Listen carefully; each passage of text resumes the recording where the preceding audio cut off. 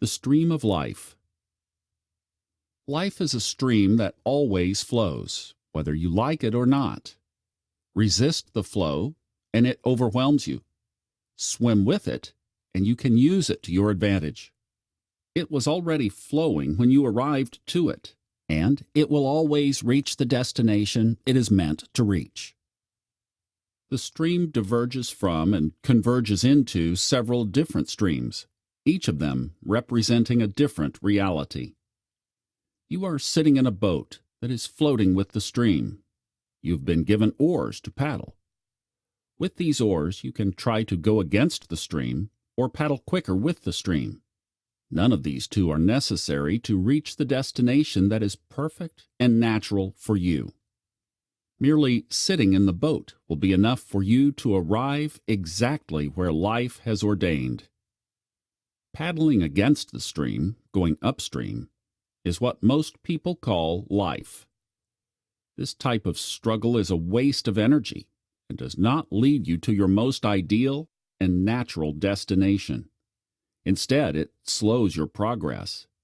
If it has any benefit at all, it's that it makes you stronger. The only reason someone would paddle upstream is because she does not trust that the river is taking her to the right place speedily and efficiently. She has lost her basic trust in life, the universe, and God, and feels the need to paddle elsewhere.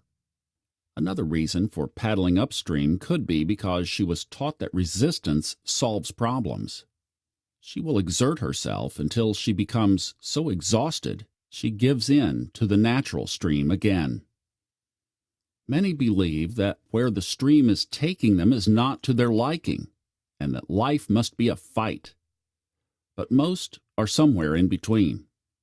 While they go with the flow sometimes, they break often with their oars, because they don't want to go too fast. Going too fast, they think they'd be unable to enjoy their current surroundings, or that they would crash into a rock sticking out of the water. Going with the stream does not necessarily mean going with the mainstream, the stream on which everyone else is going. There are many streams, and many other side streams that diverge from and converge into each other. Going with the stream, downstream, means joining a life force that is more powerful and efficient than what you could do on your own. It means to make use of the strong current already there, already available, already accessible. From where you most likely stand as a normal human being, there are various alternatives to the half-crazed and hysterical upstream paddling widely practiced.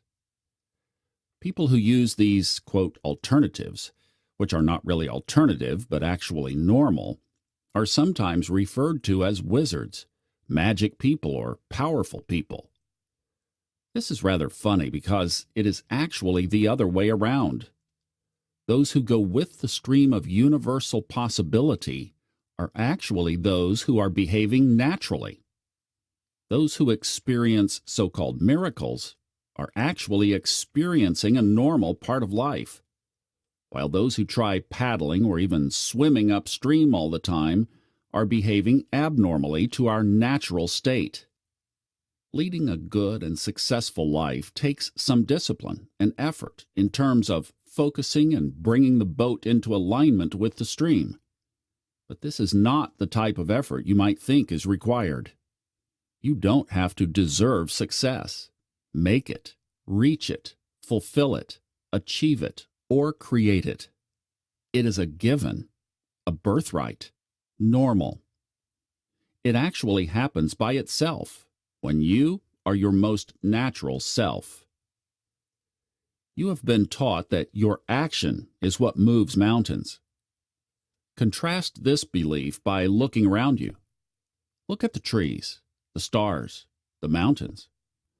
Look at whatever you see outside of your window, the sun, the grass, the leaves, the sand.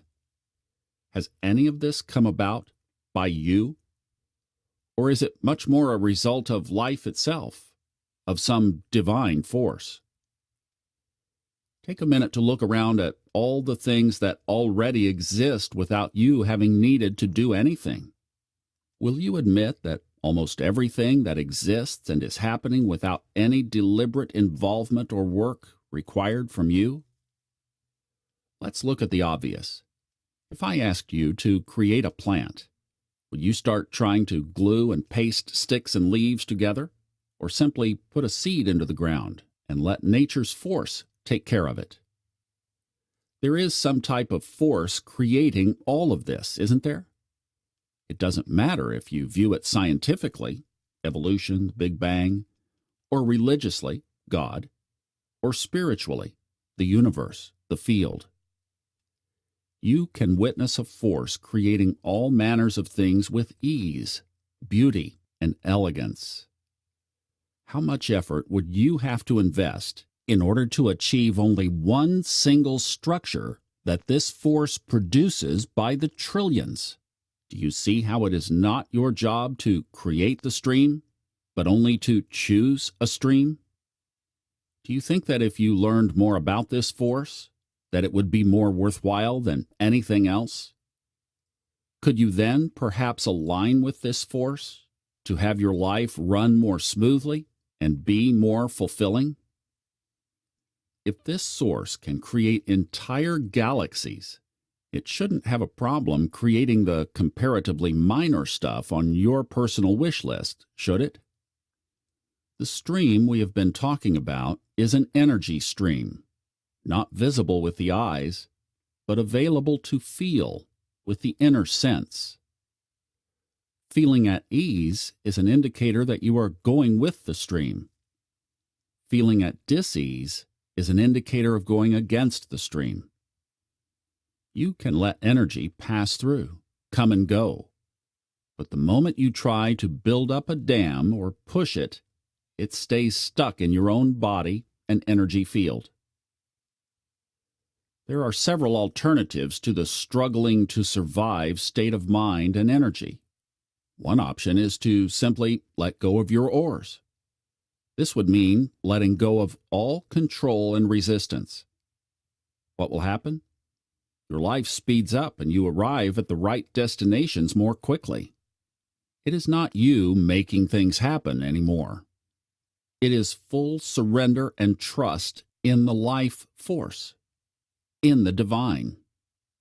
On a daily life basis, this would mean that you let go of your plans, goals, to-do lists, and quit trying to get, and generally just look at what feels good and right in the moment. While feeling good, you would know that you are flowing downstream, with the stream.